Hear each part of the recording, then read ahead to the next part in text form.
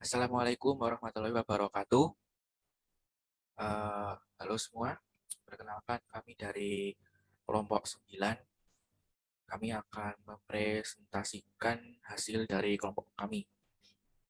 Izinkan kami memperkenalkan diri. Pertama, saya Nabila Fatih, NPM 22103020005. Selanjutnya,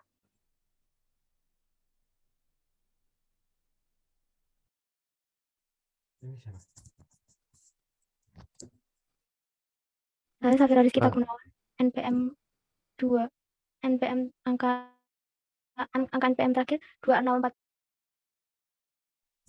saya Arjuna Setia, NPM 2210302016. oke, selanjutnya kita ke materi.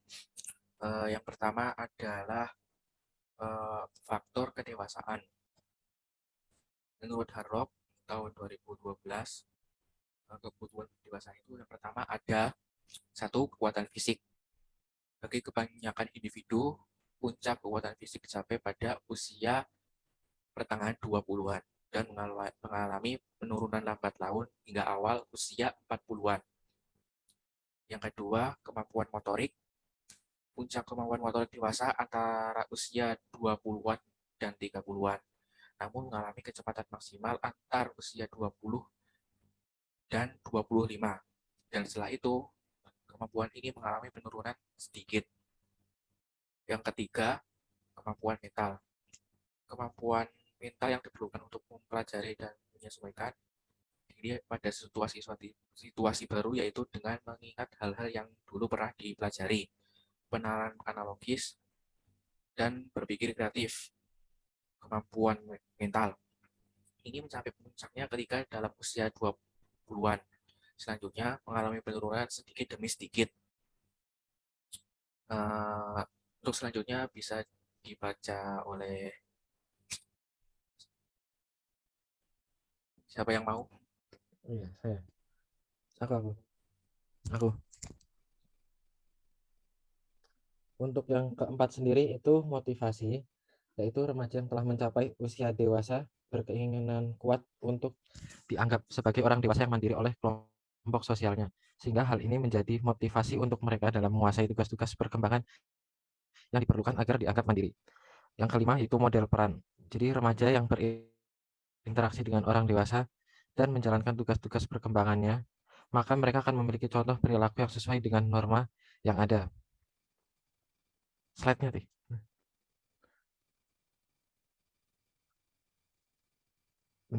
Slide selanjutnya coba. Slide selanjutnya. 6.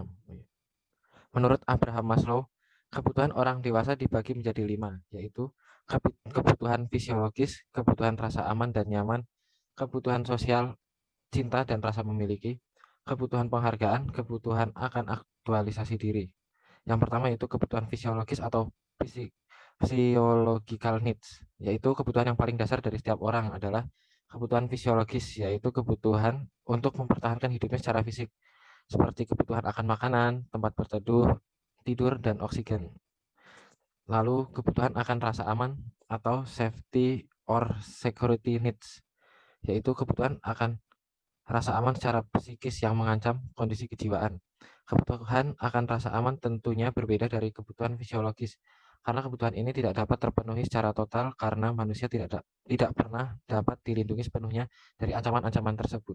Untuk selanjutnya dilanjut. Slide-nya bisa tolong di bawah. Oke. Selanjutnya adalah kebutuhan akan rasa memiliki dan kasih sayang atau social needs. Ini meliputi dorongan untuk dibutuhkan oleh orang lain supaya dianggap sebagai warga komunitas sosialnya. Seperti bersahabat, keinginan memiliki pasangan dan keturunan, kebutuhan untuk lebih dekat dengan keluarga, dan kebutuhan antar pribadi seperti kebutuhan untuk memberi dan menerima cinta. Seseorang yang kebutuhan cintanya sudah relatif terpenuhi sejak anak-anak tidak akan merasa panik saat menolak cinta.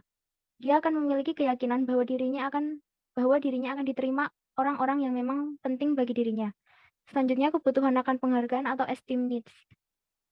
Maslow menemukan bahwa setiap orang yang memiliki dua kategori mengenai kebutuhan penghargaan, yaitu kebutuhan yang lebih rendah dan lebih tinggi.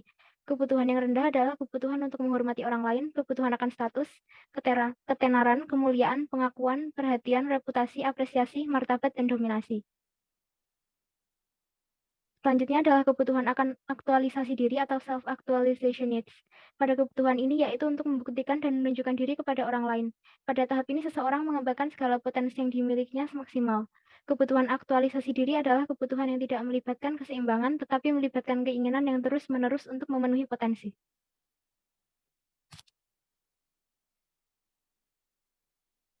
Ya, itu presentasi dari kami. Jika ada kesalahan dalam presentasi, kami mohon maaf. Terima kasih. Sekian dari kami semua.